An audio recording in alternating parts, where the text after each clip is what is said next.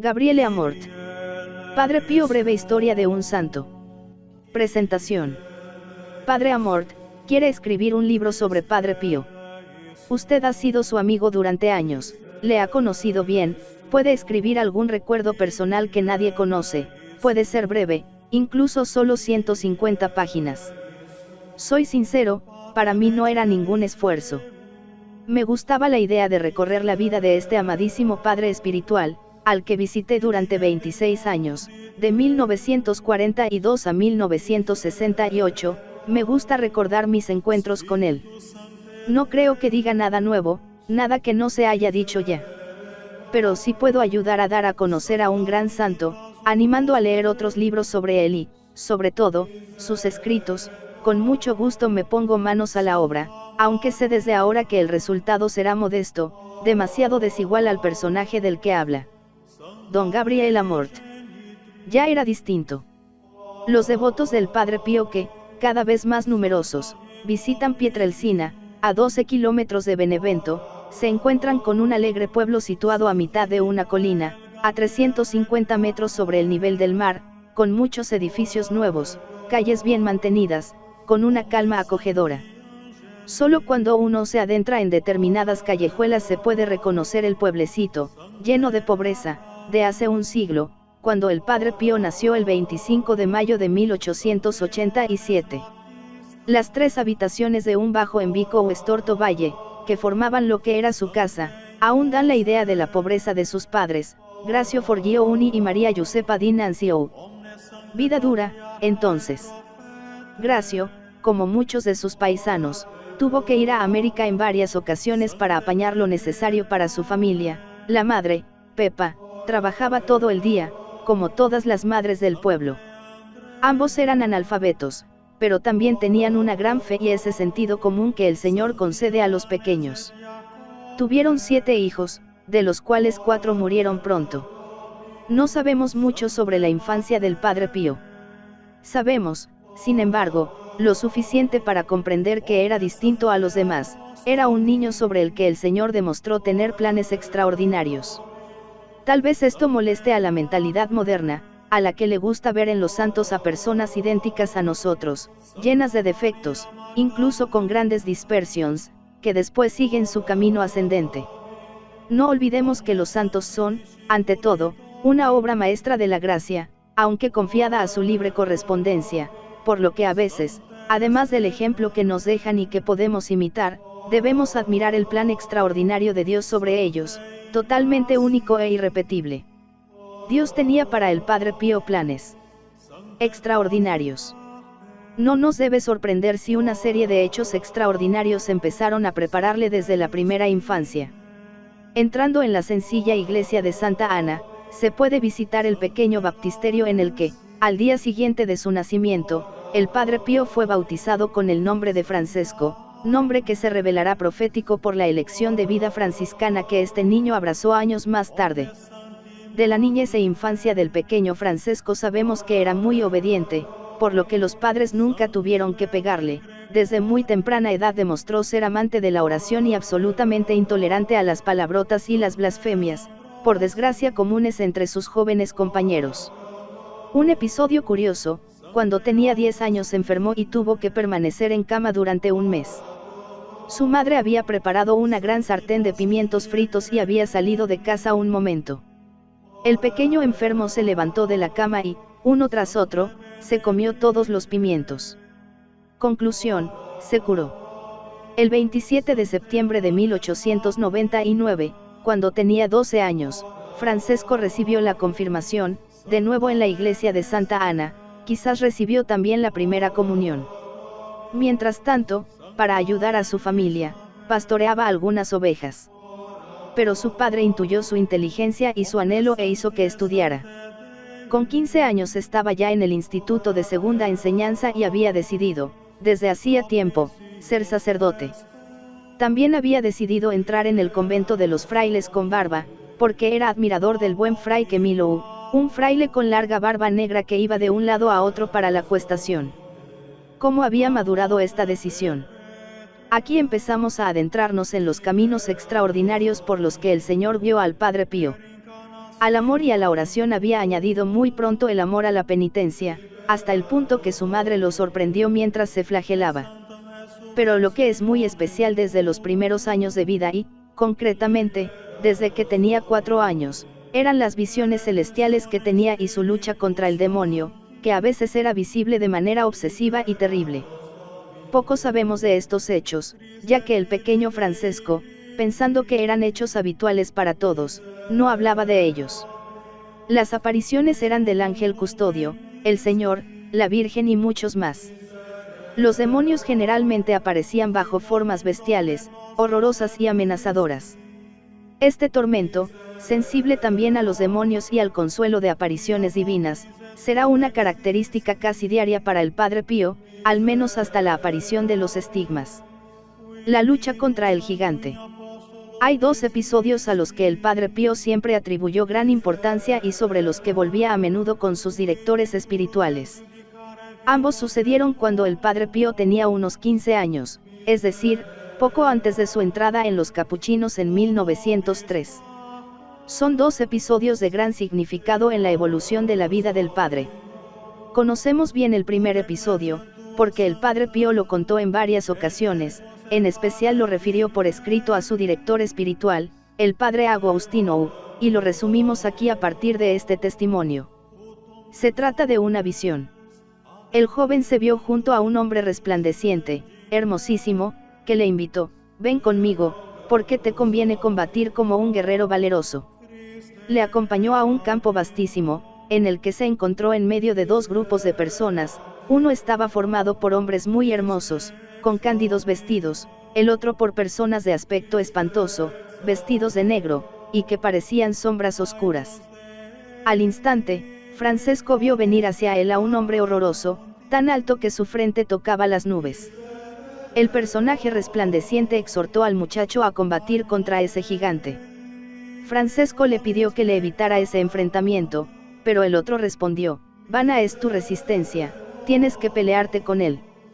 Ánimo, entra en la lucha con confianza y combate con valentía. Yo estaré cerca de ti, te ayudaré y no permitiré que te derrote.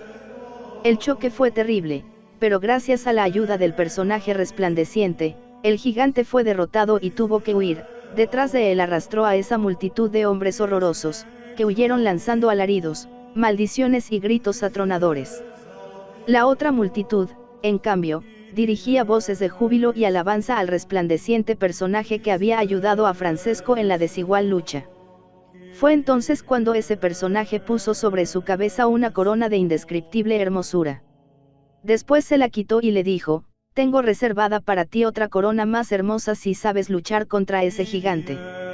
Él seguirá asaltándote, pero tú combate sin miedo, porque yo estaré siempre a tu lado para que consigas derrotarle.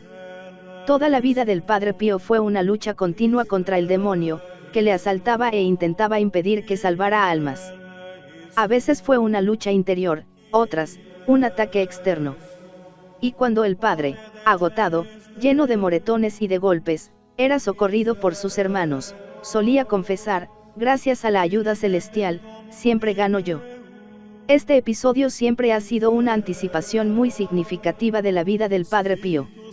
Hay un segundo episodio, no menos importante, que tuvo lugar poco tiempo después, pero siempre antes de que el joven Francesco entrara en los capuchinos. Es difícil hablar de él porque en este caso el padre siempre fue reacio a narrarlo. En múltiples ocasiones dijo y escribió lo esencial, es decir, que le había sido reservada una altísima misión. Nunca quiso concretar nada más. Una altísima misión que solo tú y yo conocemos, escribió en una oración personal. Es fácil pensar que le fue revelado algo relacionado con su futuro apostolado. Lo deduzco de algunos signos, por ejemplo, la gran insistencia con la que pidió a los superiores que le admitieran al ministerio de la confesión. Nosotros, dada la evolución de su vida y la benéfica influencia que ejerció a nivel mundial, podemos decir que realizó una altísima misión. Pero no sabemos nada más sobre la revelación que tuvo siendo un muchacho. Son 2 visiones que marcaron profundamente la vida del Padre Pío. En sus luchas contra Satanás siempre revivió su combate contra ese gigante. Y siempre tendrá presente la altísima misión que el Señor le mostró, que será un recuerdo que le sostendrá en las duras batallas de su larga vida, tanto a causa de los atroces sufrimientos como el causado por los estigmas, como cuando fue objeto de las calumnias y las sanciones canónicas, ofrecerá todo al Señor como complemento de esa misión. Este será el secreto de su perenne serenidad. Realismo y esperanza. Esto es lo que escribía a dos hijas espirituales, María Garzani y Rafaela Cerace. No temas el arreciar de las tormentas, ya que la nave de tu espíritu nunca se hundirá. Los cielos y la tierra pasarán, pero la palabra de Dios que nos garantiza que quien obedece cantará victoria no pasará, permanecerá siempre escrita en caracteres indelebles en el libro de la vida, yo subsistiré siempre. IP 3. Somos conscientes de que la tierra es un lugar de combate y que en el paraíso se recibirá la corona, que este es un lugar de prueba y que el premio se recibe allí arriba, que aquí estamos en tierra de exilio y que nuestra verdadera patria es el cielo y es a lo que tenemos que aspirar siempre. Vivamos, por tanto, con fe viva, esperanza firme y afecto ardiente mientras seamos caminantes para poder. Fraile franciscano. El 6 de enero de 1903, con 16 años, Francesco dejó su casa, con gran dolor de corazón por parte de su madre y suya, y entró en el noviciado de Morcone, no muy distante de Pietrelcina. En el pasado había sufrido, en 2 ocasiones, calumnias injustas. Aludo a ella solo porque el Padre Pío fue siempre de una pureza íntegra, que hizo que su director espiritual testimoniara, estoy convencido de que nunca cometió el más mínimo pecado venial contra esta virtud. Pues bien, el Padre Pío tuvo que soportar en varias ocasiones de su vida acusaciones infamantes, que fueron el inicio de investigaciones humillantes. Sin embargo, siempre se consiguió arrojar luz sobre la verdad de los hechos. Ya en los primeros años de escuela, por la broma de mal gusto de un compañero, fue acusado de haberse prendado de una niña. El resultado fue que el maestro le pegó en clase, delante de sus compañeros. Cuando se supo la verdad, ese pobre maestro no se daba paz por haber cometido esa injusticia. Asimismo, poco antes de entrar en el noviciado, una muchacha le puso un billete en el bolsillo sin que él se diera cuenta, una nota de amor, e hizo que la cosa se supiera y que se hallara la nota. Esta vez quien resultó engañado fue el párroco, que le reservó a Francesco un trato de frialdad absoluta, prohibiéndole que realizara sus tareas de monaguillo. Para él fue un golpe muy duro, se sentía excluido siendo inocente. Fue una pequeña prueba de un castigo futuro mucho más grave e injusto, cuando sería suspendido de celebrar la misa en público y de la facultad de confesar. También en esa ocasión se supo la verdad, porque la culpable confesó su engaño. El párroco, mortificado por haber caído en el ardid de una adolescente y por haber castigado a su pupilo, sentía un gran cariño por Francesco, hizo todo lo que pudo para enmendar su error, declaró enseguida, para compensarle, que le haría gratis los documentos para entrar en el noviciado. Además del dolor de separarse de su familia y de irse de su pueblo, no le faltaron al aspirante a novicio luchas internas, tuvo una visión intelectual, por medio de la cual comprendió que su vida sería una lucha continua con ese gigante, al que había conocido en aquella visión. Y tuvo también muy claro que ese paso era el inicio de la altísima misión a la que le llamaba Dios. Unos días después de haber entrado en el noviciado, el 22 de enero, se revistió con el hábito franciscano y se le impuso el nombre de Fray Pío de Pietrelcina. A partir de ese momento, Francesco desapareció, solo quedó Pío. Francesco desapareció hasta tal punto que un día, los carabinieri, por motivos de alistamiento, buscaron a un tal Francesco Forgione, nadie le conocía.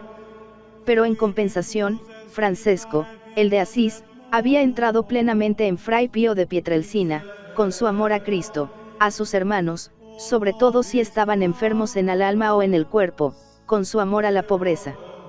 Y había entrado también con una semejanza sensible, los estigmas, que harán de Padre Pío una copia aún mayor de San Francisco.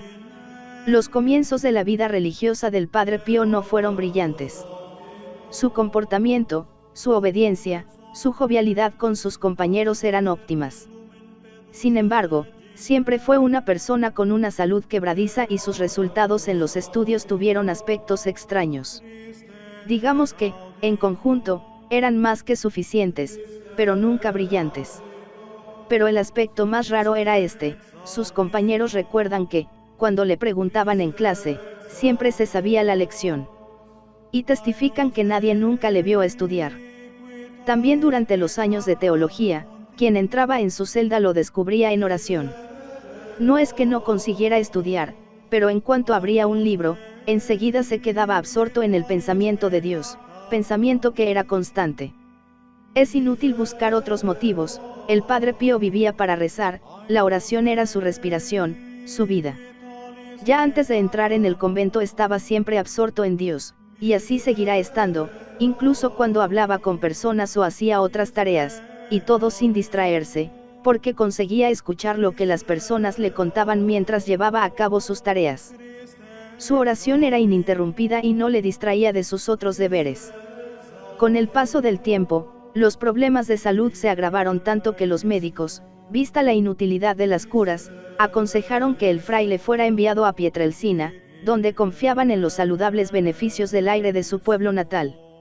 Y no hay duda de que el aire de su pueblo era beneficioso, pero también se puso en evidencia una extraña enfermedad que nunca nadie consiguió explicar y que fue un verdadero rompecabezas para el propio Padre Pío y para sus superiores. Sucedía lo siguiente: en Pietrelcina, el Padre Pío, aunque débil de salud, conseguía comer algo y mantenerse. En cuanto salía de su pueblo e iba a otro lugar, parecía que su estómago rechazaba el alimento y vomitaba todo sin poder ni siquiera mantener una cucharada de agua. Por ello, sus superiores se sentían obligados a hacerle volver a su pueblo donde, en cuanto entraba, las molestias cesaban. En Pietrelcina. Este fue el motivo de que el Padre Pío pasara 7 años en Pietrelcina, de 1909 a 1916, con un continuo ir y venir de un convento a otro, con la esperanza de poder quedarse, pero inútilmente. En cuanto estaba un poco mejor, los superiores se precipitaban y lo destinaban a un convento, pero enseguida empezaba esa molestia en el estómago, por lo que el superior local se veía obligado a enviarle de nuevo a su pueblo. Podemos imaginar el disgusto del Padre Pío, que aspiraba con todas sus fuerzas a vivir la vida conventual, y se veía siempre obligado a dejarla. Añadamos también el disgusto de los superiores, que no sabían a dónde destinar a este fraile, que enfermaba en cualquier lugar al que le enviaran. ¿Tenía acaso que abandonar la vida franciscana y ser sacerdote diocesano? Alguien le dio este doloroso consejo y hubo un momento en el que parecía que también los superiores del Padre Pío eran de este parecer. Pero precisamente en ese momento un rescripto de la Congregación para los Religiosos autorizó al fraile capuchino a vivir fuera del convento, aunque manteniendo el hábito y la plena pertenencia. Mientras tanto, ¿cómo era la vida del padre? Mucha oración y continua meditación sobre la pasión del Señor, que le arrancaba tantas lágrimas que se le debilitó la vista. Siguió con su recorrido teológico y el 10 de agosto de 1910 fue ordenado sacerdote en la Catedral de Benevento. Fue una etapa decisiva de su vida, porque a partir de ese momento empezó lo que podemos llamar, sin exagerar, el misterio de la misa del Padre Pío. Misterio que, en esos primeros tiempos, era conocido por pocos y en el que participaron poquísimos. De hecho, la vida del Padre Pío siguió adelante, durante otros 6 años, en el retiro de Pietrelcina, aunque con breves interrupciones debido al intento de volver a entrar en algún convento. Además, para acercarse mejor al misterio de esa misa, el Padre Pío, el mismo año de su ordenación, el 1910, se había ofrecido, víctima por los pecadores y por las pobres almas del purgatorio. Pocos conocen el inmenso valor y el enorme riesgo que comporta ofrecerse como víctima. Hemos sido salvados por el sacrificio de Cristo, al que todos debemos dar nuestra aportación con el sacrificio personal. Pero quien se ofrece como víctima acepta participar verdaderamente en dicho sacrificio de manera heroica y, a menudo, paga su generosidad con grandes sufrimientos para los que no existe remedio humano. Por eso se pide a los fieles que no se comprometan de este modo como no sea bajo la guía de un buen director espiritual. Y se pide a los directores espirituales la máxima prudencia antes de permitir la práctica de estos votos. No sabemos mucho de este periodo de la vida del Padre Pío. Podemos decir que en Pietrelcina, además de su casa, tenía 3 centros entre los que dividía su tiempo. El primero era la pequeña iglesia de Santa Ana. Aquí celebraba la misa, que podía durar 4 horas, motivo por el que muchos la evitaban. Era el lugar más frecuentado por el Padre Pío y tiene algo que no conseguimos comprender. Más adelante hablaremos de las misas del Padre Pío, a las que acudían gente de todo el mundo para participar en ellas. Pero en esos primeros años sucedía todo lo contrario. Don Giuseppe Orlando, que participó en las misas del Padre en varias ocasiones, nos dice con pocas palabras, su Santa Misa era un misterio incomprensible. A la luz de lo que después hemos visto, podemos afirmar que, desde su ordenación sacerdotal, la misa del Padre Pío era verdaderamente un revivir la pasión de Cristo. En Pietrelcina hay otros 2 centros en los que el Padre transcurría sus horas y que hoy son meta de peregrinación para sus devotos. Al final de la Salita Castello está la vieja Torrecilla. Esta puede testimoniar las orantes soledades de este hombre, todo oración, todo unión con su Señor. Otro centro no menos importante, es un olmo, en la colina de Piana Romana, a una cierta distancia de la casa de la familia Forgione. En este lugar el pequeño Francesco se refugiaba para rezar y estudiar cuando era un muchacho, bajo la sombra de ese árbol. Y, ya sacerdote, pasaba allí tantas horas de oración y de meditación sobre la pasión del Señor, que sus familiares, sabiendo que le agradaría, le construyeron un cobertizo con un jergón de paja, para que pudiera pasar la noche durante el verano. Solo después de la publicación de las cartas del Padre Pío a sus directores espirituales, al Padre Benedetto hasta 1922 y, después, al Padre Agostino, supimos algo de cómo transcurría el Padre sus jornadas y sus noches, oración continua, lucha con los demonios, apariciones o iluminaciones interiores.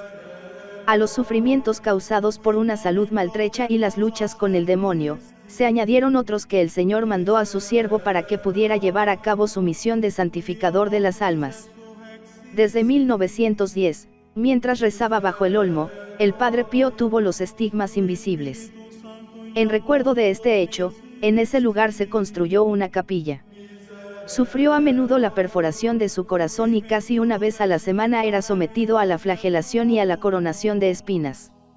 Si durante su infancia y adolescencia y, más aún, en los años de preparación al sacerdocio, su meditación constante era la pasión del Señor, que le hacía derramar abundantes lágrimas, ahora ya no se trataba solo de meditar los sufrimientos de Cristo, sino de vivirlos en su carne. Y era solo el principio.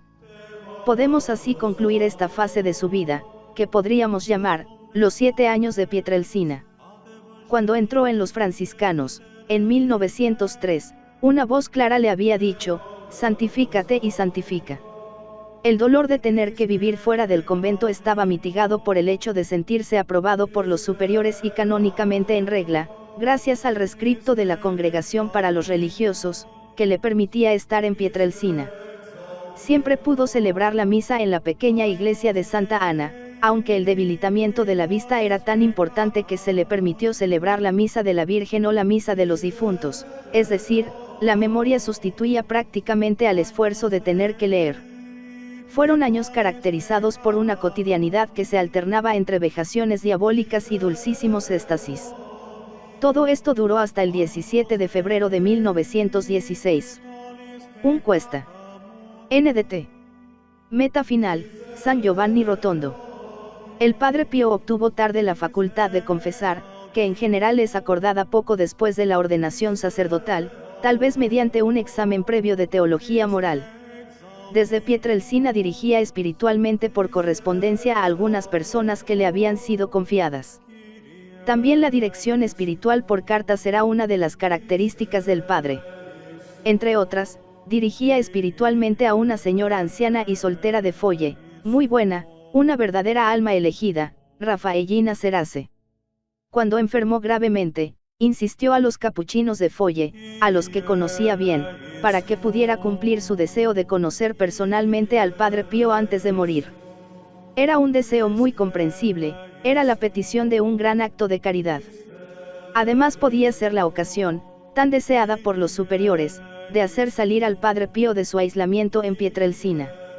Tanto el director espiritual como el superior provincial estuvieron de acuerdo en solicitar al padre esta visita a Folle. Parecía que se trataba de una visita pasajera para asistir a la agonizante. Fue así como el Padre Pío, que estaba atravesando en ese momento un periodo de tremenda aridez, de verdadera noche del espíritu, hizo un esfuerzo y emprendió el viaje hacia Folle. Una vez alojado en ese pobrísimo convento, se dedicó a asistir a la enferma que expiró santamente el 25 de marzo, festividad de la Anunciación. En el convento de Santa Ana, como se llamaba esa comunidad capuchina, el Padre Pío ya no sufrió de ese grave trastorno del vómito que le impedía cualquier tipo de alimentación, por lo que se quedó allí, feliz de vivir en comunidad y de compartir la gran pobreza de sus hermanos. La permanencia del Padre Pío en Santa Ana no fue ciertamente pacífica. Aunque su presencia era bienvenida por sus hermanos, al ser un sacerdote tan dedicado a la oración y, a la vez, alegre y encantador en el tiempo de ocio, sucedieron hechos que causaron una gran confusión. A menudo, sobre todo por la noche, se oían ruidos y detonaciones de tal magnitud que aterrorizaban a esos pobres frailes. El Padre Pío pidió perdón a su superior y le dio la siguiente explicación: el demonio le tentaba de todas las maneras posibles, él luchaba y siempre le derrotaba. Pero se quedaba agotado y tan sudado que los hermanos tenían que ayudarle a cambiarse. Sin embargo, él permanecía sereno e intentaba transmitirles a todos su serenidad. Tenemos que añadir que su presencia no pasó inadvertida a la gente. Inmediatamente le buscaron como confesor y director espiritual, por lo que poco a poco aumentó el flujo de fieles al convento. El 28 de julio sucedió un hecho nuevo, que podría haber sido insignificante y, en cambio, tuvo una importancia decisiva. El superior del convento de San Giovanni Retando pasó por Folle y, viendo al Padre Pío sufriendo a causa del gran calor que hacía, le pidió que se fuera con él a San Giovanni durante unos días. El Padre Pío aceptó de buena gana. No pensaba que en San Giovanni pasaría 52 años de su vida. El convento de Santa María de las Gracias. En 1916, San Giovanni no era un lugar atractivo. Era un pueblo pequeño, pobrísimo, como muchos de los pueblos que, con pocos miles de habitantes, están situados en lugares remotos del sur de Italia. Aislado por la falta de calles, no había luz eléctrica, ni agua, ni saneamiento. A 2 kilómetros del pueblo, un camino de herradura en cuesta llevaba al convento de los capuchinos, situado a 600 metros sobre el nivel del mar. Era un convento miserable y más miserable aún era el paisaje que lo rodeaba, colinas de rocas y piedras, de las que surgían matorrales salvajes. La única cosa hermosa, en la pequeña iglesia toda ella hecha con bóvedas y arcos, era la Virgen de las Gracias, que dominaba el centro del altar mayor y que había dado el nombre a la iglesia y al convento. Aquí llegó el Padre Pío el 28 de julio de 1916, acompañado por el Padre Superior, casi como si fuera una excursión de un día para huir de la canícula de Folle. Efectivamente, el Padre saboreó enseguida el aire puro y fue él mismo quien le pidió al Superior permiso para prolongar su estancia. Se sintió aliviado físicamente, pero había otras razones que le dijo Jesús. Es difícil saber si le fue revelado de inmediato que iba a transcurrir en ese lugar el resto de su vida, ciertamente le fue revelado que era el lugar de su apostolado. Él estaba contento y los frailes estaban contentos con él. Pero había alguien a quien esta situación no le gustaba. En su intimidad fue sometido a una lucha tremenda. Se sentía, expuesto a la furia de Satanás, que, sin duda, no quería verle viviendo en ese lugar. Se sentía asaltado por tentaciones tan fuertes contra la fe que escribió: ¿qué misterio soy yo para mí mismo? Tan seguro en su acompañamiento y guía de las almas, siempre se sintió débil e inseguro respecto a su persona. No fue solo el maligno quien molestó al Padre Pío en la quietud aparente de San Giovanni. Estaba en marcha la Gran Guerra. También el padre fue llamado a filas y hasta el 16 de marzo de 1918 su vida fue una sucesión de viajes, de idas y venidas, de visitas médicas y de permisos por convalecencia. Tenía fiebres altísimas, que parecían querer reventar el termómetro. Con un termómetro de baño vieron que superaba los 48 grados de fiebre.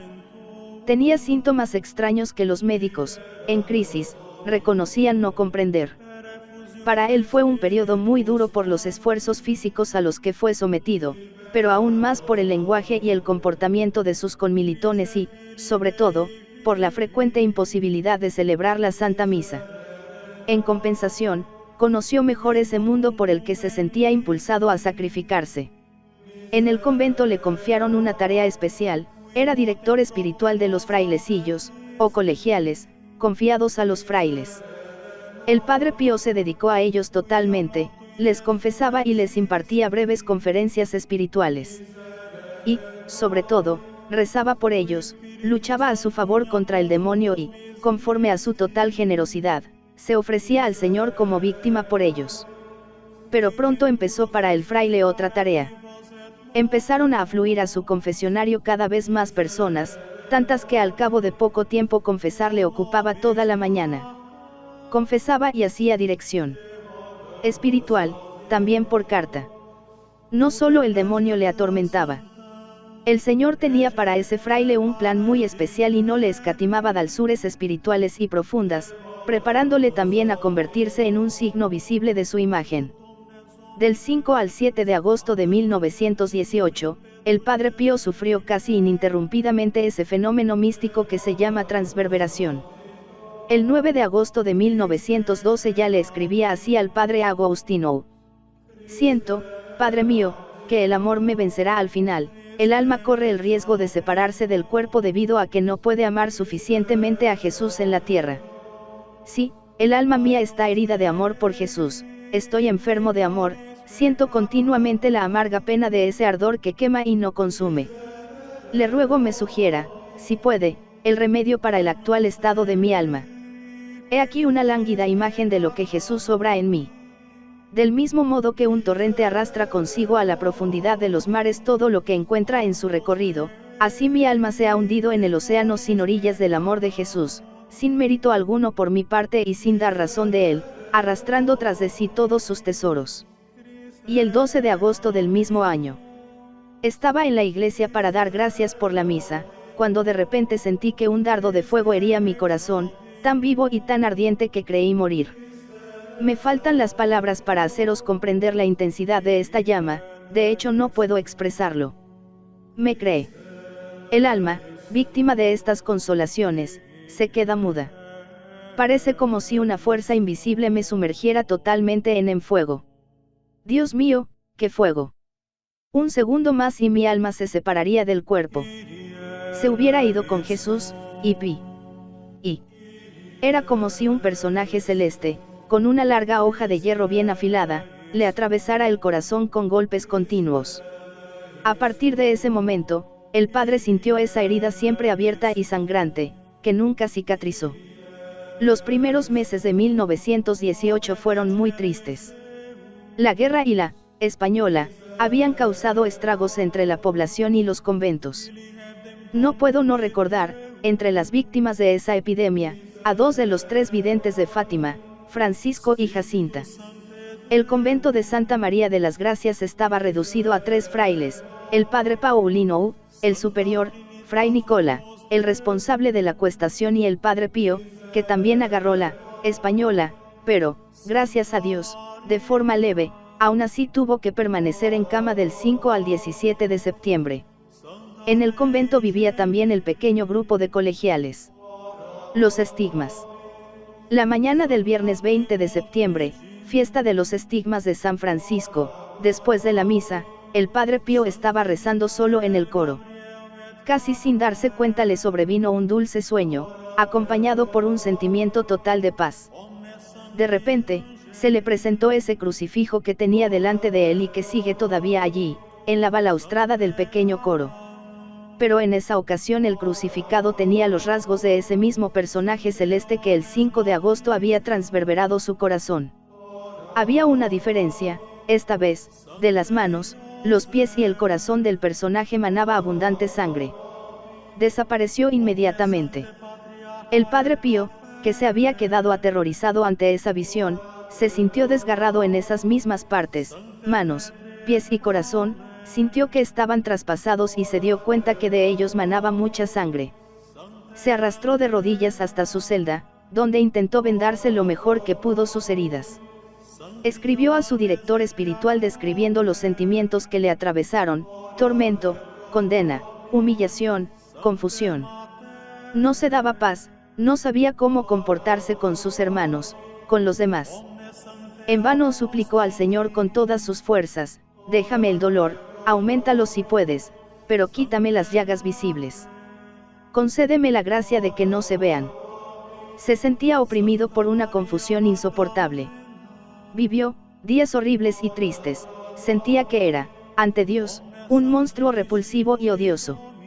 Y, sin embargo, a pesar de estas súplicas y lágrimas, nunca se echó hacia atrás de su fiat. Como puede verse, no son sentimientos de una persona que ha pedido los estigmas y, menos aún, de una persona que se los ha causado de manera artificial. Lo decimos enseguida porque esta será la primera sospecha y la primera acusación.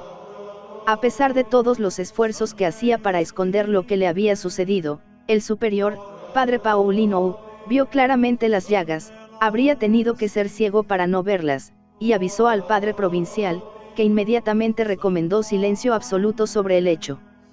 Pero, ¿cómo se podía esconder un hecho tan evidente?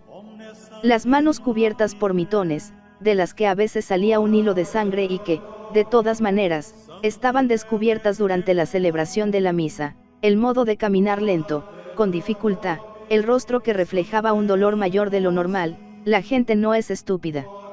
Se observaron las marcas, el hecho se transmitió de boca en boca. En poco tiempo, la noticia se extendió como la pólvora. La prensa de Nápoles, de Italia, del mundo no tardó en dar noticia de ello. Para el padre empezó el calvario de las visitas médicas.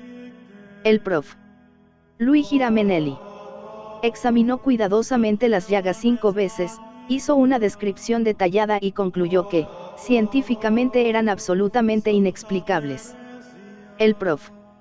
Bignami se empeñó en demostrar a toda costa que se trataba de un hecho que tenía una explicación humana y que era pasajero. Sometió al padre Pío a un tratamiento cicatrizante durante 8 días, bajo la rígida vigilancia de 4 frailes que tenían que sellar, cada vez, el vendaje. El médico estaba seguro de que al final del tratamiento las llagas se habrían cicatrizado. Lo que sucedió, en cambio, es que cuando se quitó el vendaje definitivo al cabo de los 8 días, las heridas estaban más abiertas y sangrantes que nunca. Le tocó entonces el turno al doctor Giorgio Feste, siempre por encargo de los superiores capuchinos, que le imponían al padre, por obediencia, que debía someterse a estas visitas y curas. Inútil decir que también el doctor Feste no solo constató y declaró que las llagas eran científicamente inexplicables, sino que se convirtió en un acérrimo defensor del padre Pío.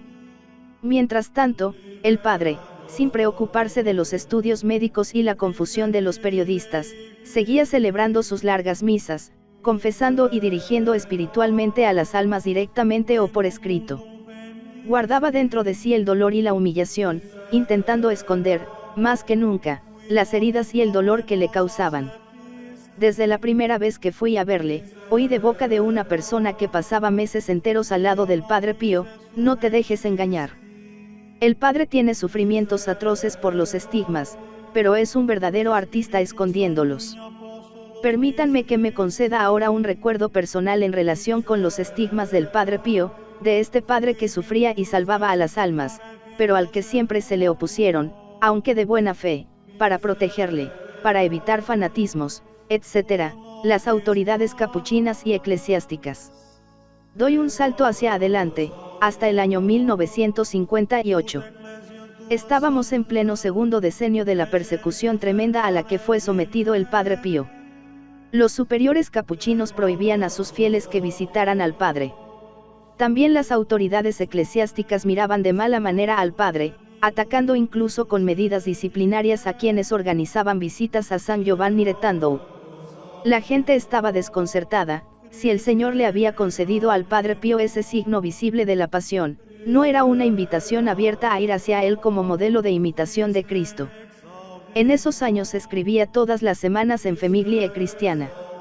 El director, mi hermano de congregación Don Sigli, sabía que visitaba asiduamente al padre Pío.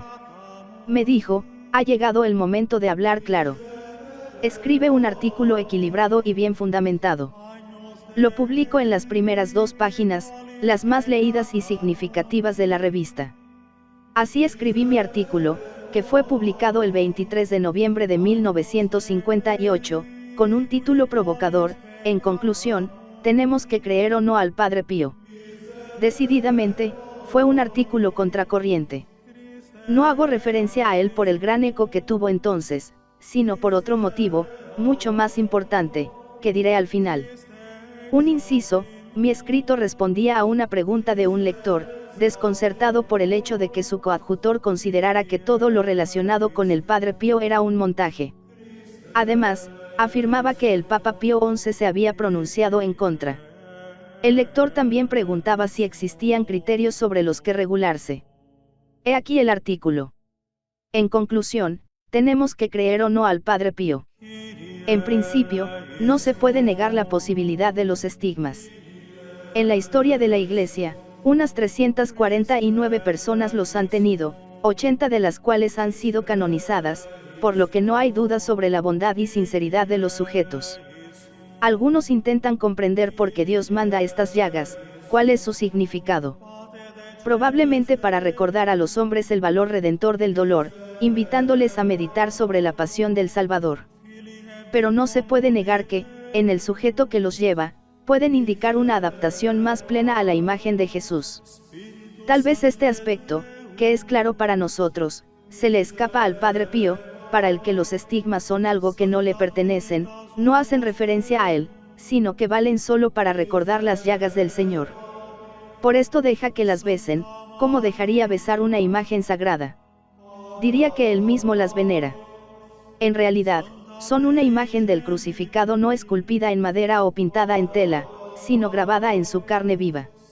La Iglesia se ha pronunciado abiertamente por la verdad histórica y el carácter sobrenatural de los estigmas de San Francisco, que fue el primero en recibir de Dios este sello de dolor y conformidad a Jesucristo.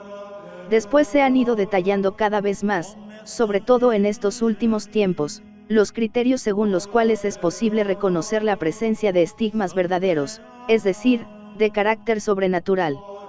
En teoría, los principios son claros, pero en la práctica, ya se sabe, hay que proceder con cautela en esta materia al aplicarlos, sobre todo cuando se trata de una persona viva. A pesar de todo ello, creemos que en lo que concierne al Padre Pío, se puede dar una opinión. Otros ilustres teólogos ya nos han precedido en esto, todos nos damos cuenta claramente de que no se trata de un recién llegado, del que sería legítimo desconfiar. Se trata, en cambio, de una persona muy conocida, extremadamente controlada, que tiene 71 años, el Padre Pío nació el 25 de mayo de 1887, y tiene los estigmas desde hace más de 40 años. Por lo tanto, hay ya una prueba del tiempo que, aunque no es definitiva, legitima un juicio a título personal. Es indiscutible que el Padre Pío tiene los estigmas, hay pruebas médicas que lo garantizan y han sido publicadas.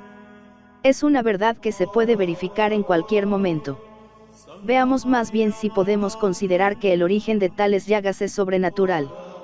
Los criterios en los que basarse son 5. 1. Los estigmas deben ser siempre llagas, modificaciones importantes de los tejidos y localizadas en los lugares de las llagas de Cristo, aproximadamente. Al tratarse de llagas místicas no importa si, en lo que respecta a los detalles secundarios, reflejan la verdad histórica o la creencia común, por lo tanto, no importa si las llagas están en el pulso o en la palma de la mano, si la herida del costado está a la derecha o a la izquierda. En cambio, las llagas naturales se sitúan indiferentemente en cualquier parte del cuerpo. 2. Deben aparecer al instante. En general causan un dolor más agudo los días que recuerdan la pasión del Señor, como los viernes y durante la Semana Santa. En cambio, el dolor de las llagas naturales varía con las condiciones atmosféricas y no respeta en absoluto el calendario litúrgico. 3. En los estigmas verdaderos no hay supuración, no hay putrefacción, ni olor fétido, etc. En las lesiones naturales, por el contrario, si no se desinfectan, dan origen a supuración y pueden degenerar en gangrena. 4. Los estigmas están acompañados de hemorragias continuas. No es así en las otras llagas. 5. Los estigmas persisten de manera inalterable, a pesar de los cuidados médicos, no cambian ni debido a los tratamientos terapéuticos ni por su gestión. Duran muchísimos años. Las otras llagas, si se medican, cicatrizan. Las llagas del Padre Pío responden a todos estos requisitos. Es verdad que varios médicos racionalistas han intentado demostrar por vías naturales, sugestión, histeria, fijación, etc., el origen de los estigmas. Pero son los mismos que niegan, deliberadamente, la existencia de hechos sobrenaturales. Sus argumentos no se sostienen científicamente. Mucho más que si se trataran de formas patológicas, los sujetos deberían demostrar de muchas maneras que son histéricos o anormales, como sucede cuando se trata de este tipo de cosas. En cambio, personas como el Padre Pío, llenos de sentido común y sana actividad, demuestran estar en óptimas condiciones psíquicas. Se narra la historia de un joven médico americano que le dijo al Padre Pío: no creo en sus estigmas, le han salido porque estaba obsesionado por las llagas del crucificado. Y el buen fraile le respondió, con una sonrisa bondadosa: muy bien, hijo. Piensa intensamente en un buey, verás cómo te salen cuernos. Esta ocurrencia convenció a ese médico. Si las cosas están tan claras, ¿por qué la Iglesia no se pronuncia? Porque hay otro motivo. El Señor concede estas gracias a sujetos que practican las virtudes más heroicas y que, normalmente, tienen también otros dones sobrenaturales, como el éxtasis, la bilocación, etc. Observemos detenidamente, la Iglesia espera ver la santidad como pruebas de los estigmas, más que ser los estigmas una prueba de santidad. Y la santidad no consiste en los dones especiales de Dios, que podrían ser concedidos solo en beneficio de los fieles, sino que está en el ejercicio de las virtudes en grado heroico y con perseverancia hasta el final. Por esto, solo después de la muerte se la puede controlar. Mientras estamos vivos todos podemos caer en cualquier momento, sea cual sea el grado que alcancemos de unión con Dios. Este es el motivo por el que la Iglesia no se pronuncia. Pero esto no significa que no podamos tener una convicción personal sobre el Padre Pío. Tenemos todo el derecho. Es lícito para nosotros admirar en él los prodigios de la gracia, no cometemos ningún pecado al hacerlo. Pero también en este juicio personal no debemos seguir el capricho o el humor. En el Evangelio se indica esta regla: por el fruto se conoce el árbol. Si el fruto 3 es bueno, el árbol es bueno. Así, el juicio lo hacemos observando la paciencia del Padre Pío, su caridad, su aceptación del dolor y su vida santa dedicada solo a hacer el bien. No existe quien no conozca episodios de conversión, de regreso a la Iglesia, de vidas transformadas por el encuentro con el Padre. Son hechos que no pueden dejarnos indiferentes, más que las curaciones, etc., a pesar de que el exceso de entusiasmo de algunos o el fanatismo de otros nos pueda molestar.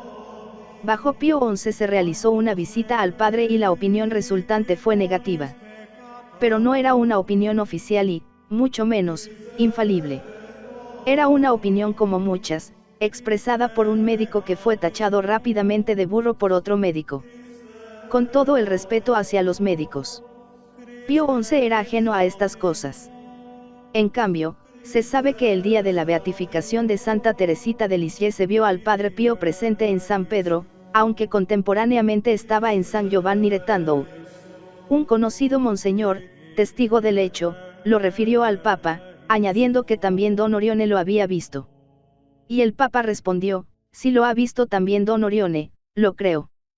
En conclusión, puesto que somos libres, pensemos con nuestra cabeza. Pero con la racionalidad que siempre debería caracterizar al hombre. Es absurdo, después de tantos años de pruebas y testigos autorizados, negar hechos verificados y dar un parecer arriesgado sobre un hombre como el Padre Pío. Es un hombre de Dios, un sacerdote grande, en el pleno ejercicio del ministerio que tiene un eco mundial. Algunos se sentirán satisfechos con esto.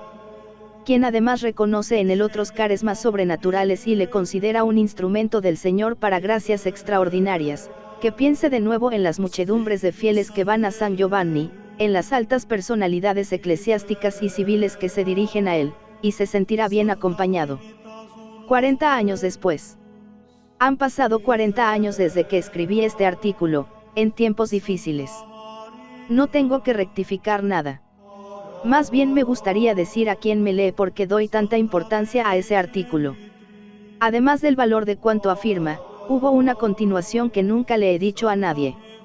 Al cabo de poco tiempo fui a San Giovanni Retando, acogido por mi querido amigo el padre Mariano, que puede dar testimonio de estos hechos. Me presentó al superior, el padre Carmelo da Cesano, durante 6 años superior del padre Pío y desde hacía 50 su hijo espiritual. Es decir, conocía al padre Pío muy bien. Llevaba conmigo ese número de Famiglie Cristiana y se lo ofrecí al padre Carmelo, pero él me dijo enseguida: todos hemos leído el artículo. Y yo, le ha gustado. Piensa que es fidedigno. El padre Carmelo, les ha gustado a todos. Lo hemos compartido. Se notaba el esfuerzo que ha hecho para frenarse, que tenía ganas de decir más cosas. Me miró con una sonrisa complaciente, con aire de quien está revelando algo importante. Prosiguió: le he enseñado la revista al padre, sabía que ya la habíamos leído y me la ha pedido. Se la ha llevado a su celda y al día siguiente me la ha devuelto. Yo estaba impaciente por saber y pregunté rápidamente: ¿qué ha dicho el padre Pío? El padre Carmelo: nada. No ha dicho nada. Estaba tan sereno que he comprendido algo con gran certeza. En el artículo no ha leído nada que le contrariase. Me lo habría dicho. Fue para mí la satisfacción más grande. Pero, tanta importancia tienen los estigmas del padre Pío.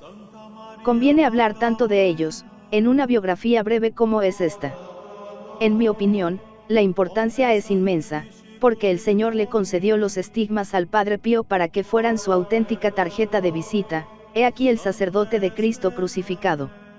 Se sabe que todos íbamos a ver al padre Pío por su misa y sus confesiones, no para ver los estigmas. Pero saber que este sacerdote estigmatizado, primero entre todos los sacerdotes, no sabemos de ningún otro sacerdote que los haya tenido, por ahora, tenía estampado este sello que lo hacía no solo partícipe de la pasión, sino casi una reproducción de la pasión de Cristo, era el atractivo que te llevaba a él. Si el Señor no hubiera querido conceder al padre Pío este recuerdo clarísimo, habría seguido manteniendo los estigmas invisibles. Si los hizo visibles, sangrantes, Anela y Sebels, es porque quiso manifestar al mundo claramente la verdadera identidad de este ministro suyo, imitador, espejo. Es inútil querer esconder lo que Dios ha querido que se viera.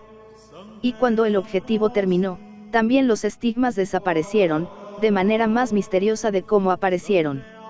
Después de 50 años, 1918 a 1968, viernes 1918, viernes 1968. 2. El autor hace referencia a la gran epidemia de gripe de 1918, también conocida como la española. Fue una pandemia de gripe de inusitada gravedad que, en solo un año, se calcula que causó entre 20 y 40 millones de muertes. NDT 3 CFR MT 12, 33, NDT de todo el mundo. Cuando el padre Pío recibió los estigmas, ya había un grupo de personas que acudían a él para confesarse y para la dirección espiritual. Además de sus hermanos, estas fueron las personas que se dieron cuenta de lo sucedido, por lo que la afluencia de gente procedente del mismo San Giovanni y de los pueblos vecinos aumentó. Y cuando la noticia se difundió aún más por medio de la prensa, empezó a llegar gente de toda Italia y del extranjero. Así, ese pueblo perdido en el Gargano, al que era tan difícil llegar y que tenía una infraestructura de acogida tan escasa, se convirtió de repente en un centro de peregrinaciones, que aumentaron cuando el padre estaba en vida, y más aún después de su muerte. Y, sin embargo, esos buenos capuchinos hicieron lo posible para que todo esto no sucediera, esforzándose con un celo verdaderamente excesivo. El primer esfuerzo lo hicieron para mantener en secreto los hechos. Se prohibió la publicación de las conclusiones a las que había llegado el doctor Feste y, en la medida en que les fue posible, obstaculizaron al máximo la afluencia de peregrinos. Nos damos cuenta de las dificultades y el esfuerzo al que fueron sometidos, bajo un continuo bombardeo de peticiones, a menudo acompañadas de notas de recomendación, cuyo fin era siempre el mismo: queremos hablar con el padre Pío. Por parte de los superiores tenían la orden severísima de callar, por parte de los fieles que acudían estaban presionados por continuas peticiones. Es humano que se pudiera perder la paciencia. Recuerdo muy bien que los primeros años yo no era el único que me iba de San Giovanni entusiasmado con el padre Pío y, también, molesto por la descortesía de los frailes y, tal vez aún más, de ciertas personas que, alrededor del Padre Pío, se autodenominaban reguladores del flujo de personas y que hacían lo que ellos querían, a veces torpemente.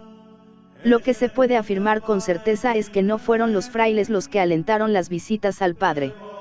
Cuando salieron los primeros comunicados de prensa, el primer periódico que habló del Padre Pío fue ahí el Matino de Nápoles, el 20 de junio de 1919, cayó sobre esos pobres frailes una lluvia de reproches, como si hubiese sido culpa de ellos. El provincial, el padre Benedetto, llegó a escribir al superior del convento de San Giovanni, prohibo sub gravi, es decir, como si fuera pecado mortal, que se comunique a nadie los hechos sucedidos y que sucederán. Conminaba a no dar a nadie la foto que se había tomado del Padre Pío, en la que se veían claramente los estigmas, a no hablar de su fiebre, que llegaba a los 48,5 grados, a no difundir noticias de curaciones o conversiones atribuidas al Padre, todo esto reconociendo por lo menos esto la seriedad del parecer médico y la ejemplaridad de vida del Padre Pío. El Padre Pío celebraba su larga misa y confesaba, a veces hasta 16 horas al día. Esto significaba que si alguien iba a haberle empujado por la curiosidad, acababa implicado en la jornada del Padre Pío, que para los fieles significaba transcurrir largas horas en la iglesia o en la sacristía, por lo que, al final, se acababa rezando. Creyentes o incrédulos, obispos y altos prelados, ricos o pobres, todos acudían a los pies de aquel al que Benedicto XV definió con convicción, un verdadero hombre de Dios. La jornada, la vida del Padre Pío, estaba caracterizada, externamente, por una agotadora monotonía. 52 años pasados en una pequeña iglesia, de un pequeño convento, entre el altar y el confesionario, el coro y su celda. Se puede decir que vivió en un espacio de pocos metros cuadrados. Ni viajes, ni predicaciones, ni tareas especiales o de confianza. Nunca tuvo vacaciones. Solo muchedumbres exigentes que venían de lejos, atravesando dificultades y cargadas de mucho sufrimiento. Además, estaban sus luchas internas. Sobre todo de 1910 a 1922, años en los que vivió lo que los grandes místicos llaman, la noche oscura, como testimonian las cartas a sus directores espirituales. Vivió una continua agonía, como si estuviera perennemente crucificado. Se puede comprender, entonces, la respuesta que le dio a una pobre mujer que se había desahogado con él por lo mucho que sufría y que, en un determinado momento, exclamó, comprendo que la agonía de Cristo en la cruz fue un sufrimiento más grande que cualquier otro. Pero duró solo 3 horas. El Padre Pío miró a esta mujer con compasión y le dijo lentamente, desde lo más hondo de su corazón y de su experiencia personal, ¿acaso no sabes que Jesús está en agonía hasta el final del mundo? Sí, había muchos signos además de los estigmas, el perfume, la bilocación, su don de escrutar las conciencias, las profecías, las curaciones, las conversiones, muchos hechos que nos confiábamos entre nosotros, que transmitíamos oralmente y que, a menudo, acabaron en sus biografías. ¿Por qué tenemos que decir que en los largos espacios de tiempo en los que no estábamos en la iglesia, hablábamos entre nosotros y todos teníamos algo que decir? También cuando volvíamos a nuestra ciudad, cuando nos veíamos, cuando nos reuníamos quienes habíamos ido a ver al Padre Pío, empezábamos a hablar de él, de los hechos que cada uno de nosotros había vivido, y no habríamos parado nunca. Porque, y esta es una característica significativa, quien iba a ver al Padre Pío, volvía, quien iba a ver al Padre Pío se daba cuenta de que esa visita, esa misa, esa confesión, habían tenido una enorme repercusión en su persona, creando en cierto modo un vínculo que permanecía.